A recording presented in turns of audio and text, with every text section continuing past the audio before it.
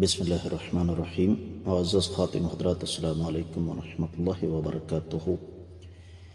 قیامت ایک یقینی امر ہے اور قیامت والے دن اعمال کا بدلہ کیسا ہوگا، یہی ہمارے آج کے سبق کا موضوع ہے۔ آئیے معمول کے مطابق سب سے پہلے آیت مبارکہ کی تلاوت کرتے ہیں۔ اعوذ باللہ السمیع العلیم من الشیطان الرجیم۔ يومئذ يوفيهم الله دينهم الحق ويعلمون أن الله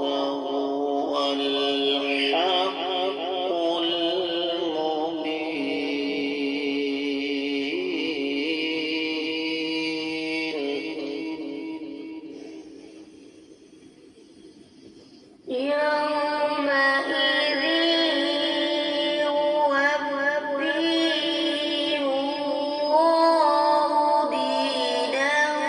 الحق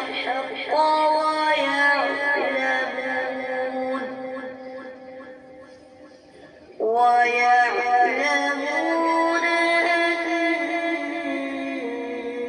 أن الله هو الحق المبين۔ معزز خاتم حضرات، اللہ رب العزت کی پاکیزہ کتاب قرآن مجید،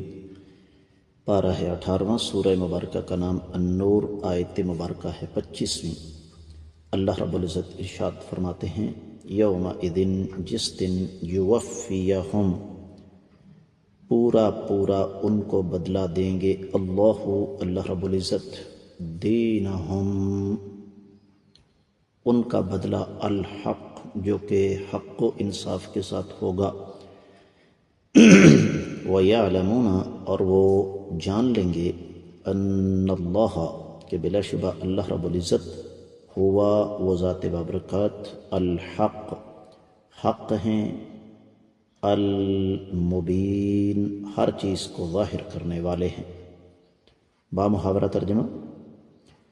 جس دن اللہ تعالی انہیں پورا بدلہ حق و انصاف کے ساتھ دیں گے اور وہ جان لیں گے کہ اللہ تعالی ہی حق ہیں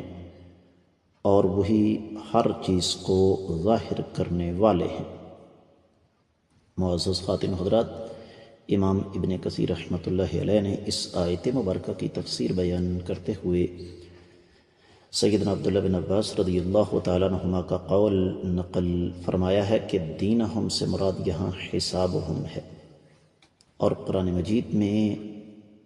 پھر فرمایا امام ابن کثیر رحمۃ اللہ علیہ نے کہ جہاں بھی لفظ دین آیا ہے اس کا معنی حساب ہی ہے، ما سوائے چند مقامات کے۔ اور پھر یہاں امام ابن کثیر رحمۃ اللہ علیہ نے ایک قراءات کی بحث کی ہے جس کا عام آدمی کے ساتھ کوئی تعلق واسطہ نہیں ہے۔ اختتامی الفاظ امام ابن کثیر رحمۃ اللہ علیہ کے اس آیت مبارکہ کے بارے میں یہی ہیں کہ وَيَعْلَمُونَ أَنَّ اللَّهَ هُوَ الْحَقُّ الْمُبِينُ، اس سے مراد ان کو پتہ چل جائے گا کہ اللہ تعالیٰ کے وعدے، اللہ کی وعیدیں، اللہ تعالیٰ کا حساب، یہ سب عدل کے تقاضوں کے عین مطابق ہوگا، اس میں کسی قسم کا کوئی ظلم کسی پر نہیں ہو سکتا۔ تفسیر ابن کثیر میں جو کچھ بیان ہوا وہ اتنا ہی، دیگر کتب تفسیر کی طرف بڑھتے ہیں۔ اہل علم یہ فرماتے ہیں کہ یومئذ یوفیہم اللہ دینہم الحق،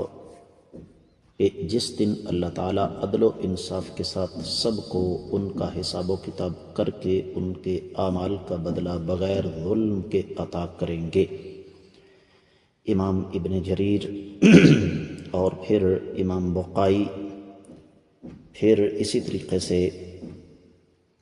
معزز خاتم حضرات امام نحاس نے اس بات کو بڑی تفصیل کے ساتھ بیان کیا۔ خاص طور پر اعراب القرآن میں امام نحاس یہ لکھتے ہیں کہ حق اور عدل یہ دونوں کے لیے ہوگا، کافروں کے لیے بھی اور ایمان والوں کے لیے بھی، اس لیے کہ دونوں کو ان کے اپنے اپنے اعمال کا بدلہ صحیح ملنا چاہیے۔ جس طرح کہ پیچھے سورۃ الانبیاء کی 47ویں آیت مبارکہ ہم پڑھ کر آئے ہیں، رب کائنات فرماتے ہیں وَنَضَعُ الْمَوَازِينَ الْقِسْطَ لِيَوْمِ الْقِيَامَةِ فَلَا تُظْلَمُ نَفْسٌ شَيْئًا وَإِنْ كَانَ مِثْقَالَ حَبَّةٍ مِّنْ خَرْدَلٍ أَتَيْنَا بِهَا وَكَفَى بِنَا حَاسِبِينَ۔ جس دن ہم عدل و انصاف والا ترازو رکھیں گے قیامت والے دن، اور کسی جان پر کوئی ظلم نہیں ہوگا، اگر کسی نے ایک رائی کے دانے کے برابر بھی کوئی نیکی یا برائی کی ہوگی ہم اسے لے کر سامنے کر دیں گے، اور ہم حساب و کتاب کرنے کے لیے کافی ہیں۔ اور یہ اللہ تعالیٰ کا ایک بے مثال نظام عدل ہے جس کی یہاں پر نقشہ کشی کی گئی ہے کہ قیامت والے دن جو انسان جس چیز کا حقدار ہوگا اس کو وہ ملے گا، اور یہ رب کائنات کی ذات، صفات اور افعال کا مظہر ہوگا کہ اللہ رب العزت ہر پوشیدہ چیز کو بھی کھول کر سامنے رکھ دیں گے۔ اور یہ ایک توحید کی علامت ہے کہ رب کائنات ہی ان تمام امور پر قادر ہیں۔ جنہوں نے برے اعمال کیے، جنہوں نے اچھے اعمال کیے، کسی پر بھی ایک ذرہ برابر ظلم نہیں ہوگا۔ جس طرح کہ سورہ کہف پیچھے گزری ہے 49ویں آیت مبارکہ، وَيَقُولُونَ يَا وَيْلَتَنَا مَا لِهَذَا الْكِتَابِ لَا يُغَادِرُ صَغِيرَةً وَلَا كَبِيرَةً إِلَّا أَحْصَاهَا۔ اس دن لوگ یہ کہیں گے کہ اس نامہ اعمال کو کیا ہے، اس میں تو ہر چھوٹی اور بڑی چیز کی گنتی کر دی گئی ہے۔ پھر اہل علم یہ لکھا ہے کہ الحق یہ رب کائنات کے مقدس اسماء میں سے ایک ہے، جس کا معنی ثابت، واجب الوجود، جس سے پہلے کوئی بھی نہیں تھا اور جس کے بعد کوئی نہیں ہوگا، جس کو فنا نہیں ہے۔ اور الحق کا ایک معنی العدل بھی ہے، اور ظاہر سی بات ہے اللہ رب العزت سے زیادہ عدل کرنے والا کوئی بھی نہیں ہے۔ وہ ذات ببرکات جن کا علم قطعی ہے اور اس میں کوئی تردد اور کوئی پوشیدگی نہیں ہے۔ اب رہا یہ مسئلہ کہ اس آیت مبارکہ کا حدیث افک یا واقعہ افک کے ساتھ کیا تعلق ہے۔ حدائق الروح والریحان میں یہ بات لکھی ہوئی ہے کہ دراصل چونکہ یہ واقعہ داستان افک، اس میں جو بہتان لگا وہ ہے ہی جھوٹا تھا، تو رب کائنات ان ظالموں کے جھوٹ کو قیامت والے دن سب کے سامنے عیاں کریں گے، کیونکہ اللہ تعالیٰ کے اوصاف، اللہ کے افعال، اللہ کی ملاقات، اللہ کے وعدے اور وعیدیں، اللہ تعالیٰ کا حکم اور اللہ تعالیٰ کی شریعت، پھر رب کائنات کی جزا، اللہ تعالیٰ کے بھیجے ہوئے رسول، اور قیامت والے دن اللہ کے سامنے پیش ہو کر ایک ایک عمل کا بدلہ دینا، یہ ہر چیز برحق ہے۔ اور یہ مفہوم ہے وَأَنَّ اللَّهَ هُوَ الْحَقُّ الْمُبِينُ۔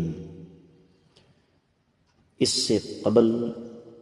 دنیا میں رہتے ہوئے دنیا والوں سے تو یہ سب کچھ چھپایا جا سکتا تھا اور چھپایا گیا بھی ہے، لیکن قیامت والے دن ان میں سے کوئی چیز بھی پوشیدہ نہیں رہے گی۔ یہی وجہ ہے کہ تفسیر روح البیان میں ایک اور بات لکھی ہوئی ہے، فرماتے ہیں کہ توفیہ یوفیہم، یہ توفیہ سے ہے جس کا معنی ہے بدل الشیء وافیاً،